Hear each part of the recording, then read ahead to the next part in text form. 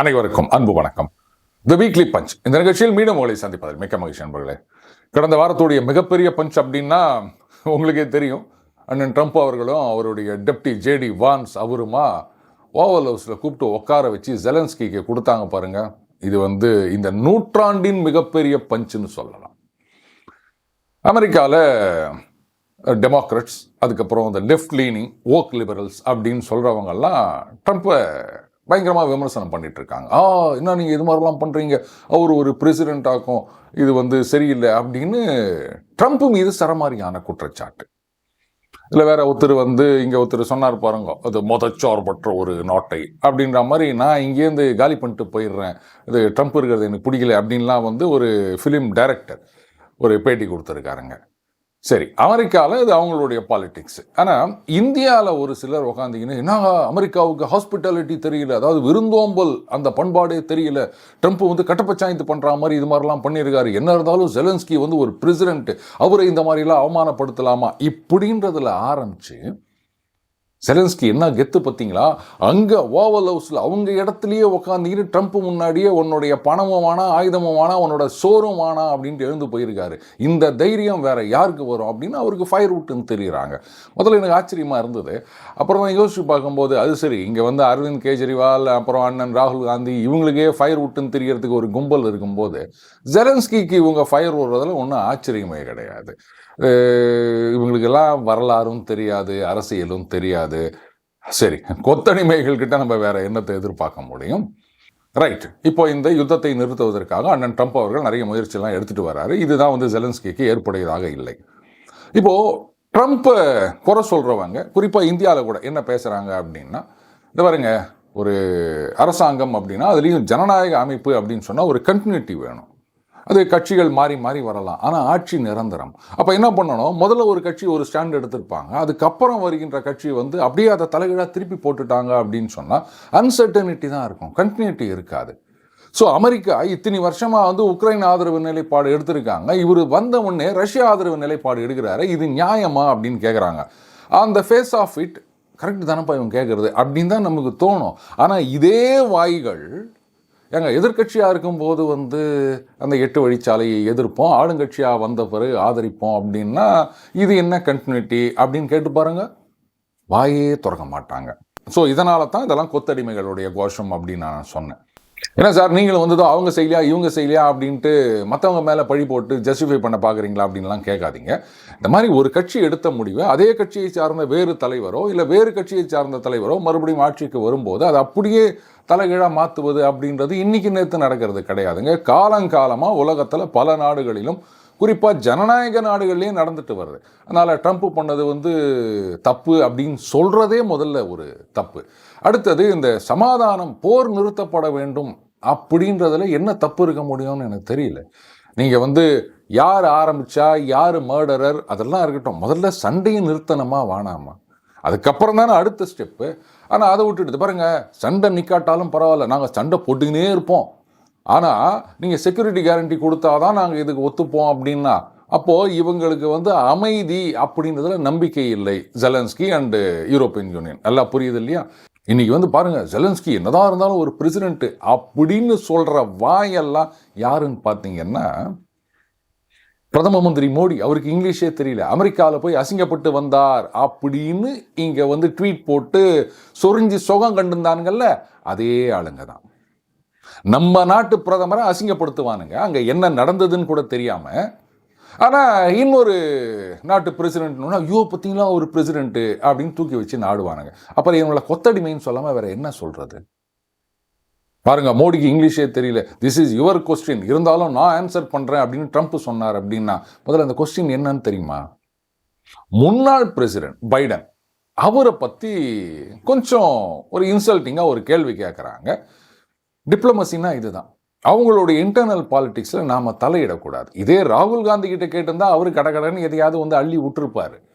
ஆனால் அந்த அரசியல் நாகரீகம், ராஜதந்திரம் தெரிஞ்சவங்க பேச மாட்டாங்க. அதனால தான் மோடி அவர்கள் அந்த கொஸ்டினை தவிர்த்தார். அதை ட்ரம்ப் எடுத்துக்கின்னு சரமாரியா விளாசித்தல்னா ஸ்டூபிட் பைடன் அப்படின்னு இப்போ கூட சொல்லியிருக்காருல, அந்த மாதிரி போட்டு பொலன்னு பொழந்துட்டாரு அண்ணன் பைடனை. இன்காம்பிட்டன்ட், ஆமா அவர் கையால் ஆகாதவர் அப்படின்னு சொல்லிட்டார். அதை ட்ரம்ப் சொல்லலாம், வேற நாட்டு தலைவர்கள் சொல்லக்கூடாது. ஆனா இது கூட புரியாம மோடிக்கு இங்கிலீஷ் தெரியல அப்படின்னு பேசின வாய்கள் தான் இன்னைக்கு வந்து ஜெலன்ஸ்கி ஒரு பிரசிடென்ட், சொந்த நாட்டு பிரைம் மினிஸ்டர் இப்படி இன்சல்ட் பண்ணுவானுங்க. ஆனால் வேற நாட்டு பிரசிடென்ட் அப்படின் போது அவனை முதுகுல தூக்கின்னு சுற்றுவானுங்க. அப்புறம் என்னோட கொத்தடிமைன்னு சொல்லாமல் வேற என்ன சொல்ல முடியும்? அடுத்து இன்னொரு கும்பல் பாருங்க, மோடி சரண்டர் ஆயிட்டார், F-35 வாங்குறேன் அப்படின்னு சொல்லிட்டார், டாக்ஸ் எல்லாம் குறைக்கிறேன்னு சொல்லிட்டார். அப்படியா? சரி, அவரும் வந்து ஜெலன்ஸ்கி மாதிரி நாங்கள்லாம் வந்து F-35 வாங்க மாட்டோம், டாக்ஸை குறைக்க மாட்டோம் அப்படின்னு சொல்லியிருந்தா என்ன ஆயிருக்கும்? அமெரிக்காவில் வரி போட்டிருப்பாங்க, இங்கேருந்து எதையும் எக்ஸ்போர்ட் பண்ண முடியாது, அங்கேருந்து நம்ம இம்போர்ட் பண்ணுறதுக்கெல்லாம் வந்து காசுக்கு எங்கே போவோம்? இங்கே எல்லாம் விலைவாசி ஏறும், இல்லை எக்ஸ்போர்ட் பண்ண முடியலன்னு போது கம்பெனிகள்லாம் இழுத்து மூட வேண்டி வரும். அட்லீஸ்ட் பார்ஷியல் ரிட்ரெச்மெண்ட்டு, வேலை வாய்ப்பு போகும். இதைத்தான் எதிர்பார்க்குறீங்களா? அறிவு வேணாம் கொஞ்சமாவது. ரெசிப்ரோக்கல் டாரிஃப் அப்படின்றது வந்து ட்ரம்ப் சொல்றதுல தப்பே கிடையாது. நீ வந்து எனக்கு இவ்வளோ டேக்ஸ் போடும்போது நான் உனக்கு அவ்வளோ டேக்ஸ் போடுவேன் அப்படின்னு சொல்றாரு. இதை பேசி நம்ம ஒரு சொல்யூஷனுக்கு வரணுமே தவிர அதை விட்டுட்டு நீங்கள் இதெல்லாம் அது மாதிரி பண்ணிட்டீங்க, அதெல்லாம் அது மாதிரி பண்ணிட்டீங்க, சரண்டர் ஆகிட்டார் அப்படின்னு சொன்னேன். எப்படி ஜெலன்ஸ்கி மாதிரி எப்படி வீராவேசமாக பேசினே எனக்கு சோறு வானா அப்படின்ட்டு எழுந்து போயிட்டு இன்னும் ஒரு லட்சக்கணக்கான பேரை காவு கொடுக்கலாம் அப்படின்னு நினச்சிருக்கிறாங்களா? ஜியோ பாலிட்டிக்ஸ் நமக்கு எதுக்கு அப்படின்னு நிறைய பேர் ஃபீல் பண்ணலாம். ஆனால் லோக்கல் பாலிட்டிக்ஸை விட அது ரொம்ப ரொம்ப முக்கியம். சரி, இப்போ ட்ரம்ப் எடுத்திருக்க நிலைப்பாடு சரியா?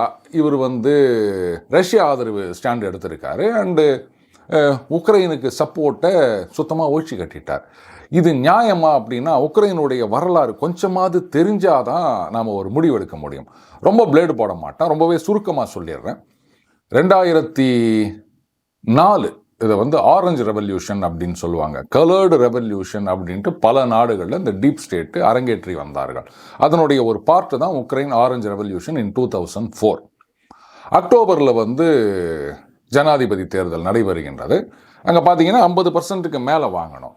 அதை ஃபஸ்ட்டு நடந்த எலெக்ஷனில் வந்து யாரும் 50% மேலே வாங்கலை, அதனால் ரன் ஆஃப் எலெக்ஷன் சொல்லுவாங்க. டாப் 2ல் வந்தவங்களை மட்டும் கேண்டிடேட்டாக மறுபடியும் தேர்தல் நடக்கும். இந்த தேர்தலில் பார்த்தீங்கன்னா விக்டர் யனுகோவிச், இவர் வந்து ரஷ்யா ஆதரவு நிலைப்பாடு, அவர் ஜெயிக்கிறாருங்க. விக்டர் யூஷன்கோ, இவர் வந்து நேட்டோ அண்ட் யூரோப்பியன் யூனியன் ஆதரவு நிலைப்பாடு, அவர் தோத்து போயிடுறார். இந்த முடிவுகள் வந்த உடனே ஒரு ஸ்பான்டேனியஸ் ப்ரொட்டஸ்ட் அப்படின்னு தான் வந்து மேற்கத்திய மீடியாலாம் சொல்கிறாங்க. ஆனால் அது அப்படி கிடையாது. இது American deep state, George Soros, அதுக்கப்புறம் யூரோப்பிய யூனியன் நாடுகள், இவங்கெல்லாம் ஃபண்ட் பண்ணி அந்த காசு கொடுத்து கூட்டி வரப்பட்ட கூட்டம் அப்படின்னு அது ரஷ்யா தரப்புல இருந்தும் உக்ரைனில் பிரசிடெண்டாக வந்தார் இல்லையா யனுகோவிச், அவங்க தரப்புலேருந்தும் சொல்கிறாங்க. பெரிய போராட்டங்கள் நடைபெறுகின்றது. என்ன சொல்கிறாங்கன்னா தேர்தல் நியாயமாக நடக்கலை, அது வந்து ஓட்டு போட வர்றவங்களாம் மிரட்டினாங்க, ரிக்கிங் நடந்தது, அப்படி இப்படின்னு ஏராளமான குற்றச்சாட்டுகள் சுப்ரீம் கோர்ட்டு வரைக்கும் போது சுப்ரீம் கோர்ட்டு அந்த தேர்தல் செல்லாது, ஃப்ராடு நடந்திருக்கு அப்படின்ட்டு கேன்சல் பண்ணிடுறாங்க. என்ன எங்கேயோ கேட்ட மாதிரி இருக்கா? இங்கே கூட தேர்தல் முடிவுகள் வந்த பிறகு இதெல்லாம் வந்து டிரான்ஸ்பேரண்டாக இல்லை, ஃபேர் எலெக்ஷன் இல்லை, என்னென்னவோ பண்ணிட்டாங்க, நாங்கள் கோர்ட்டுக்கு போவோம்.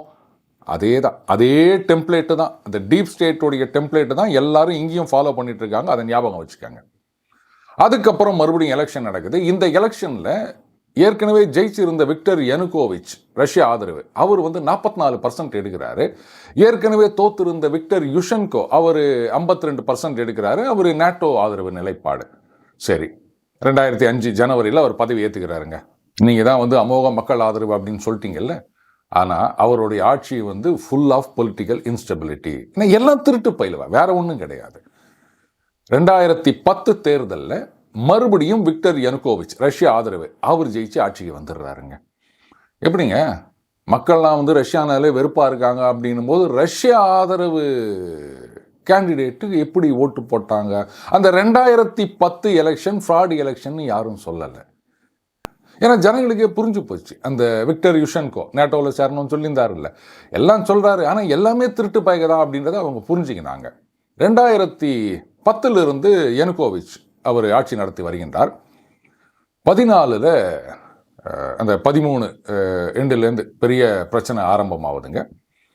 என்னன்னா அந்த யூரோப்பியன் யூனியன் ஒரு அக்ரிமெண்ட்ல சைன் பண்ண சொல்றாங்க. இவர் முடியாதுன்னு சொல்லிட்டாரு.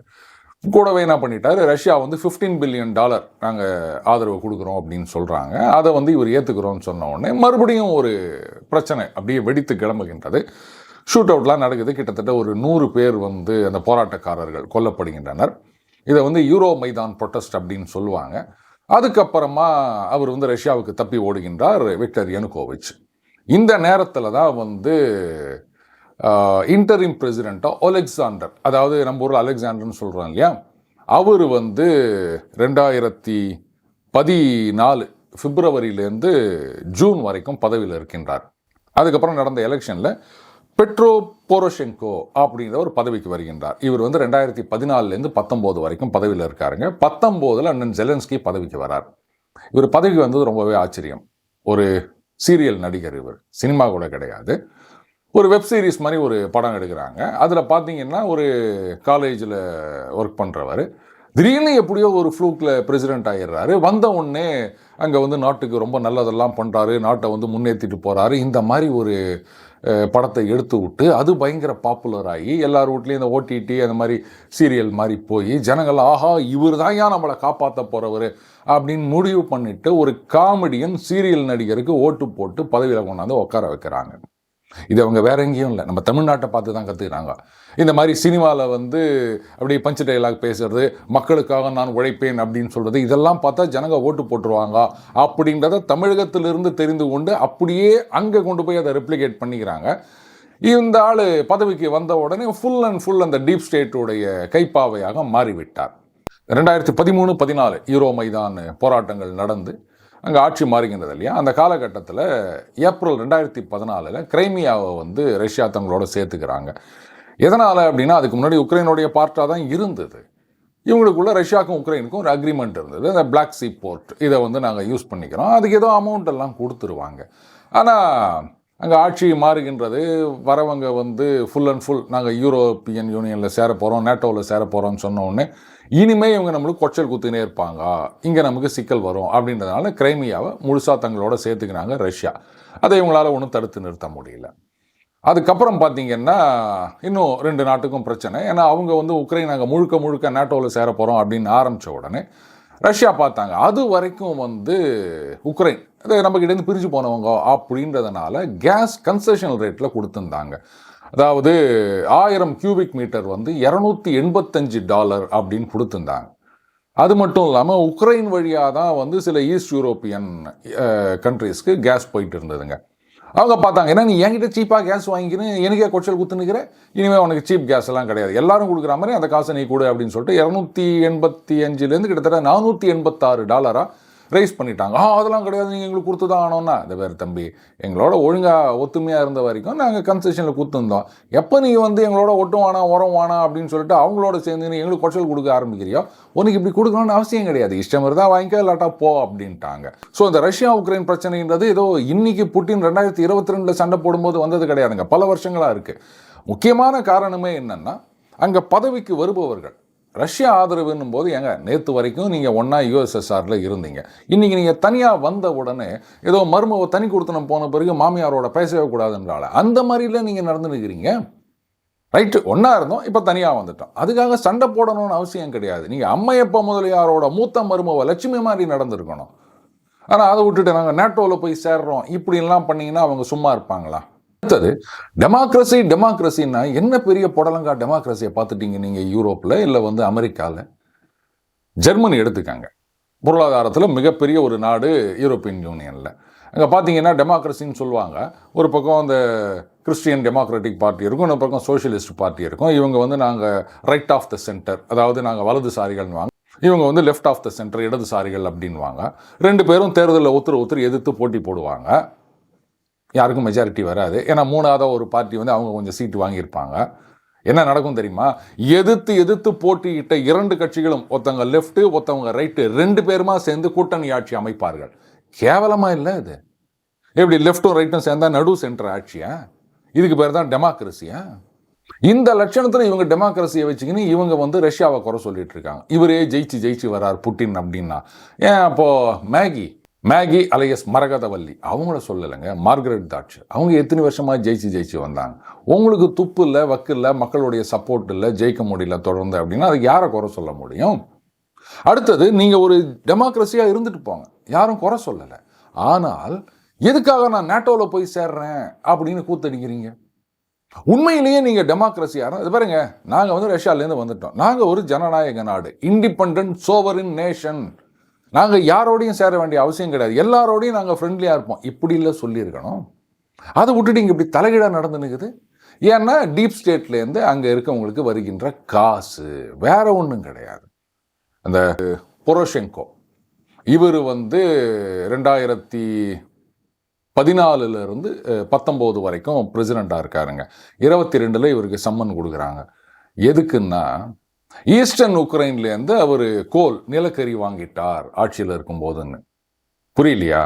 ஈஸ்டர்ன் உக்ரைன்றது பார்ட் ஆஃப் உக்ரைன் தானே. அப்போ அவங்க நாட்டில் ஒரு பகுதியிலிருந்து நிலக்கரி இன்னொரு பகுதிக்கு வாங்குறதுல என்ன தப்பு இருக்குது அப்படின்னு நீங்களே குழம்புறீங்கள. இதுதான் பிரச்சனையே.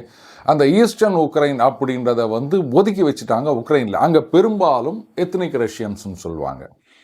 அவங்க தான் வந்து 98-99% இருக்காங்க. அதனால் அந்த பகுதிகளுக்கு எந்த விதமான டெவலப்மெண்ட் ஆக்டிவிட்டீஸும் கிடையாது, எந்த விதமான ஃபண்டிங்கும் அதுக்கு கிடையாது. அதனால் அவங்க வந்து என்னங்க இது மாதிரிலாம் பண்ணுறீங்க அப்படின்ட்டு போராட்டம் பண்ணுறாங்க. அப்படின்னும் போது அவங்கள வந்து டெரரிஸ்ட் ஆர்கனைசேஷன் முத்திரை குத்திட்டு, சரி ரைட்டு தீவிரவாதிகள்னு சொல்லிட்டீங்கல்ல, அப்போ அவங்களுக்கு எதிராக நடவடிக்கை எடுங்க, நீங்கள் வந்து அவங்கள பிடிச்சி ஜெயிலில் போடுங்க, எல்லாம் பண்ணுங்க. ஆனால் அந்த இடத்துலேருந்து நிலக்கரியை வாங்கக்கூடாதுன்னு சொன்னால், அந்த நிலக்கரின்றது அந்த மண்ணில், அது உக்ரைன் நாட்டு மண்ணு தானே, அந்த மக்களுக்கு சொந்தமானது தானே, என்னுடைய நாட்டிலேருந்து ஒரு பக்கத்தில் இருக்க சாமானை நான் வாங்க மாட்டேன் அப்படின்னு சொன்னீங்கன்னா, எந்த அளவுக்கு ஈஸ்டர்ன் உக்ரைனை ஒதுக்கி வச்சிருக்கான் இந்த ஜெலன்ஸ்கின்றது நமக்கு புரியலையா?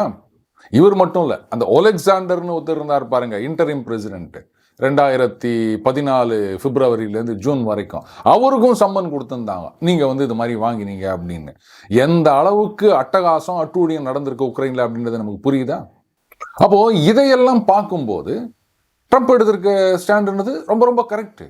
புட்டினை வந்து நீங்கள் அக்ரஸர்னு சொல்ல முடியாது. சும்மா இல்லாமல் நீங்கள் நோண்டிக்கினே இருந்தீங்க. அவனை யாரோ பணம் கொடுக்குறாங்க அப்படின்றதுக்காக ஆட்சியில் இருக்கவங்கெல்லாம் வந்து அதை வாங்கி வச்சுக்கின்னு மக்களுடைய உயிரை பற்றி எந்த விதமான கவலையும் இல்லாமல் யார் சண்டை போட்டால் நமக்கு என்ன வந்தது? இன்னைக்கு ஜெலன்ஸ்கிக்கு ஃபயர் விட்டுன்னு தெரியுறீங்களே. இந்த ஜெலன்ஸ்கி அங்கே ஓவல் ஹவுஸில் என்ன சொல்கிறாரு? வான்னு சொல்கிறாரு, உங்களுக்குலாம் பிரச்சனை, எங்களுக்கு ஒன்றும் பிரச்சனையே கிடையாது, நீங்கள் வந்து பார்த்தீங்களா, உக்ரைனை வந்து பார்த்துருக்கீங்களா அப்படின்னு கேட்குறாரு. பிரச்சனையே இல்லைல்ல, அப்புறம் எதுக்கு இங்கே நீ வந்து தட்டை தூக்கின்னு வந்து நிற்கிற, பணம் கொடுங்க அப்படின்னு? நீங்கள் தான் எல்லாத்தையும் சமாளிச்சு நிற்கிறீங்கல்ல. உங்களுக்கு வந்து நடுவில் ஓஷன் இருக்குது, எங்களுக்கு வர பிரச்சனை உங்களுக்கும் ஒரு நாள் வரும். யாரை பார்த்து சொல்கிறது? நம்ம தூண்டு உக்ரைன் அமெரிக்காவை பார்த்து சொல்லுது, எங்களுக்கு இன்றைக்கி பிரச்சனை வந்துருச்சுன்னு நினைக்காதீங்க, உங்களுக்கும் நாளைக்கு இந்த பிரச்சனை வரும் அப்படின்னு. இது திமிருன்னு சொல்லாமல் வேறு என்னன்னு சொல்லுவாங்க? அப்போ இந்த மாதிரி பேசுகிறவங்களுக்கு பொழுதுன்னு வாயில் 2 போடாமல் வேறு என்ன பண்ணுவாங்க? அமெரிக்காவில் கோச்சிக்கின்னு நேராக லண்டன் போயிட்டார் ஜெலன்ஸ்கி. அங்கே வந்து 100 வருஷத்துக்கு அக்ரிமெண்ட் போட்டுக்கிறாங்களாம் கெய்ர் ஸ்டாமரோட. எந்த கெய்ர் ஸ்டாமர் அப்படின்னா பிரிட்டிஷ் பிரைம் மினிஸ்டர். அவர் பேசினே இருக்கிறாரு, தம்பி போதை நிறுத்து, பொத்தின்னு போ அப்படின்னு அப்படியே அத்தனை பேர் முன்னாடி அசிங்கப்படுத்தி அனுப்பினார் ட்ரம்ப். அவர்கிட்ட இவர் போயிட்டு நம்ம ஒரு ஒப்பந்தம் போட்டுக்கலான்னு. என்னடா பண்ண போகிறீங்கன்னா, ஏதோ $3 பில்லியன் கொடுக்க போகிறாங்களாம். அதுக்கப்புறம் ஏதோ ஒரு கடற்படை தளம் உக்ரைனில் அமைக்க போகிறாங்களாம். எந்த இடத்துல அப்படின்னா, அது ஆல்ரெடி ரஷ்யன் கண்ட்ரோலில் இருக்குது. முதல்ல நாங்கள் ட்ரூப்ஸ் அனுப்பும்போது 30,000 ட்ரூப்ஸ் அனுப்ப போகிறோம்னு சொல்லியிருந்தாங்க யூரோப்பியன் யூனியன்லேருந்து. அவங்களே ஃப்ரண்ட்லைன் அந்த பார்டர் ஏரியாவுக்கு அனுப்ப மாட்டோம், அங்கே வந்து செக்யூரிட்டி வேலை பார்க்குறதுக்கு அனுப்போம் அப்படின்னு சொல்லியிருந்தாங்க. இப்போ நடான கடற்படை தளமாக ரெண்டு $3 பில்லியன். எப்பா 350, 400, $500 பில்லியன் குத்தே ஒன்றும் வேலைக்கு ஆகலை. நீ ஒரு 3 பில்லியனை குத்தி என்ன பண்ண போகிற? ஆனால் இதெல்லாம் சொல்கிறது யார்? Keir Starmer, British prime minister. அங்கே அமெரிக்கா போயிட்டு ட்ரம்ப் கிட்ட, நீங்கள் எங்கள் பாதுகாப்புக்கு கேரண்டி கொடுக்கணும், விளக்கண்ண நீயே அவங்ககிட்ட போய் தொங்கி நிற்கிற, எங்களை காப்பாற்று அப்படின்னு. இதில் நீ வந்து உக்ரைனுக்கு பாதுகாப்பு கொடுக்க போறியா? அமெரிக்கா வந்து நாங்கள் இந்த வாரை சப்போர்ட் பண்ணலை அப்படின்னு சொல்லியாச்சுன்னா, யூரோப்பியன் யூனியன் தனியாக அவங்களால இந்த யுத்தத்தை தொடர்ந்து நடத்த முடியுமா? ஒரு நாள் கூட அவங்களால சர்வைவ் ஆக முடியாது.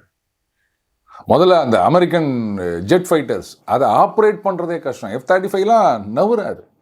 இது புரியாமல் இவங்க பாட்டுக்கு சப்போர்ட் பண்ணுறோம்னு சொல்லியிருந்தா என்னத்தை சப்போர்ட் பண்ணுவாங்கன்னு எனக்கு தெரியல. ஸோ என்ன ஆகும்? யூரோப்பியன் யூனியன் உடையிறதுன்றதை இன்னும் ஸ்பீடப் பண்ணுறானுங்க, வேற ஒன்றும் கிடையாது.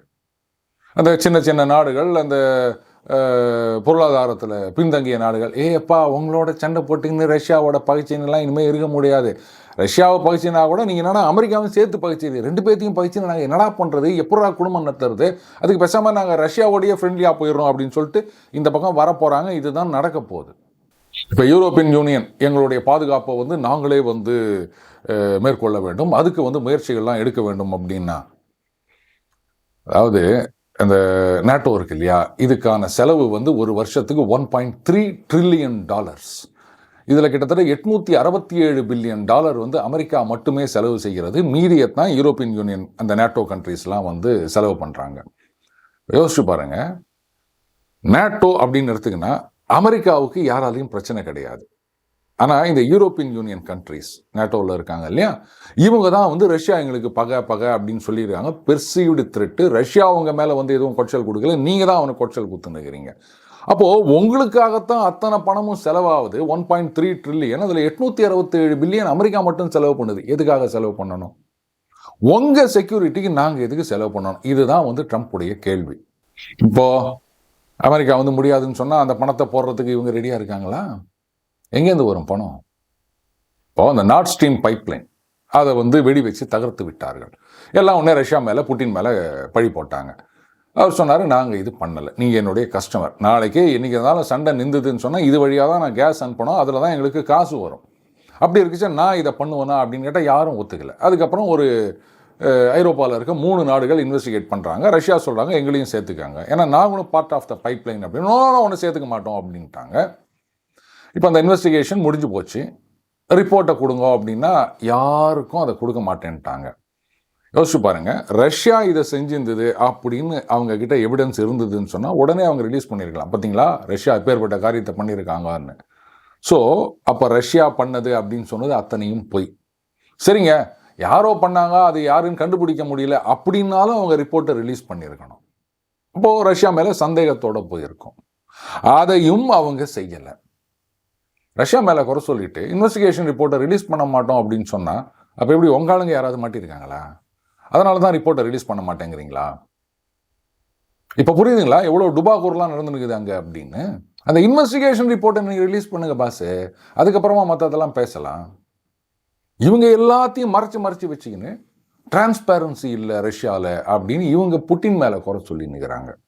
ஆல் சடன் டன் ஜெலன்ஸ்கி மாதிரியான காமெடியன்கள், அரசியல்னால் என்னன்னே தெரியாத சில பேர், இந்த மாதிரி நானும் ஏழை பங்காளன் அப்படின்னு டிஷர்ட் போட்டுக்கின்னு, நான் அரசியல்வாதி இல்லை அதனால் நான் போடலாம், தப்பு கிடையாது, இப்படி ஊரை ஏமாத்துகிற கும்பல், இவங்களுக்கெல்லாம் ஃபயர் விட்டுக்குன்னு இவங்களை எல்லாம் பதவியில் கொண்டு வந்து உட்கார வச்சோம் அப்படின்னு சொன்னால் நாடு இப்படித்தான் நாசமாக போகும். ஸோ இதையெல்லாம் நாம் புரிஞ்சுக்கணும் அப்படின்னா ஜியோ பாலிட்டிக்ஸ் ரொம்ப ரொம்ப முக்கியம். அதனால தான் வந்து ஒருத்தர் சொன்னார், என்னங்க ஜியோ பாலிட்டிக்ஸ் வியூஸே இல்லை அப்படின்னு. இருக்கா இல்லையான்றதை பற்றி நமக்கு கவலை கிடையாது. ஏன்னா நாம் வந்து டிஆர்பிக்காகவோ வியூஸ்க்காகவோ இல்லை வந்து அந்த 200 பேட்டாக்காகவோ எல்லாம் இதெல்லாம் பண்ணலை. நாம உசாரா இல்லை அப்படின்னு சொன்னால் இந்த மாதிரி கொத்தடிமைகளோட குரல் தான் ஓங்கி ஒலிக்கும். அதுதான் வந்து நியாயம் மாதிரியும் தெரியும். ஸோ அதுக்காகவாது உண்மை என்ன அப்படின்னு யோசிக்க வேண்டியது, தெரிஞ்சுக்க வேண்டியது நம்முடைய கடமை நண்பர்களே. மீண்டும் அடுத்த வழி சந்திப்போம். வணக்கம்.